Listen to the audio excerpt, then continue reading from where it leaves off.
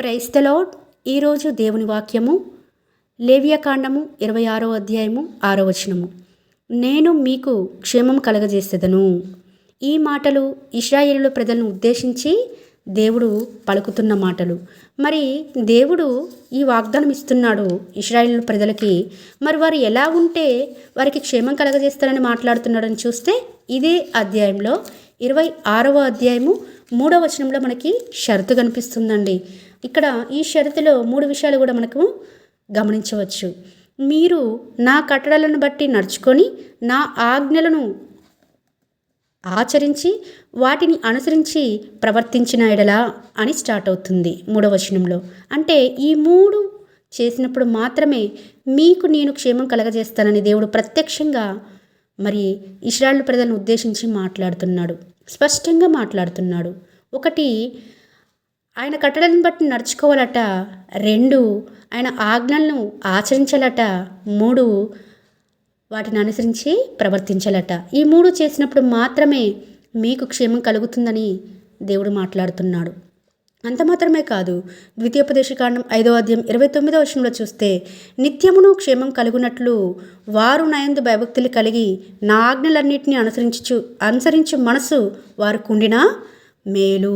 అంటే ఎప్పుడైనా సరే మనకు క్షేమం కలగాలంటే ఈ 3 ఉంటాయండి.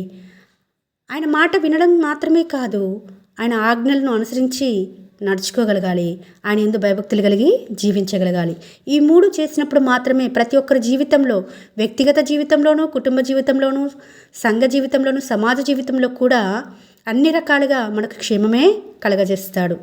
ఇవి చెయ్యం కాబట్టే మన జీవితాలలో క్షేమము చూడలేని వారుగా ఉంటున్నామేమో. అంత మాత్రమే కాదు, ఇక్కడ ఒకరిని ఎగ్జాంపుల్గా తీసుకుంటే సౌలు అండి. సౌలును ప్రజలే కోరుకున్నారు రాజుగా. ఇశ్రాయేలు ప్రజలు సమూయేలు యొద్దకు వచ్చి మాకు ఒక రాజును నియమించు, మా ఎదురుగా ఆయన యుద్ధం చేసి మమ్మల్ని రక్షించాలి, మమ్మల్ని కాపాడాలి శత్రువుల నుంచి అని కోరినప్పుడు సమూయేలుకి అది ఇష్టం లేక దుఃఖంతో ప్రార్థిస్తున్నప్పుడు దేవుడే వారు కోరుకున్నది వారికి తెలియదు, వారికి తెలియజేసేటట్టు నేను చేస్తాను, నువ్వు ఒక రాజును అభిషేకించని సౌలును అభిషేకించడానికి సమూయేలు పంపడం మనకు సుపరిచితమే. అయితే ఈ సందర్భంలో ఈ రాజు సౌలు రాజు కాకముందే సమూయేలు ఇశ్రాయేలు ప్రజలను ఉద్దేశించి మాట్లాడుతున్న మాటలు చూస్తే సమూయేలు మొదటి గ్రంథము 12వ అధ్యాయం 14వ వచనంలో మరి ఇక్కడ చూస్తే ఆ దేవుని యందు భయభక్తులు కలిగి ఆయన మాట విని ఆయన ఆజ్ఞను భంగం చెయ్యక మీరును మిమ్మల్ని ఏలు రాజును దేవుడని యెహోవాను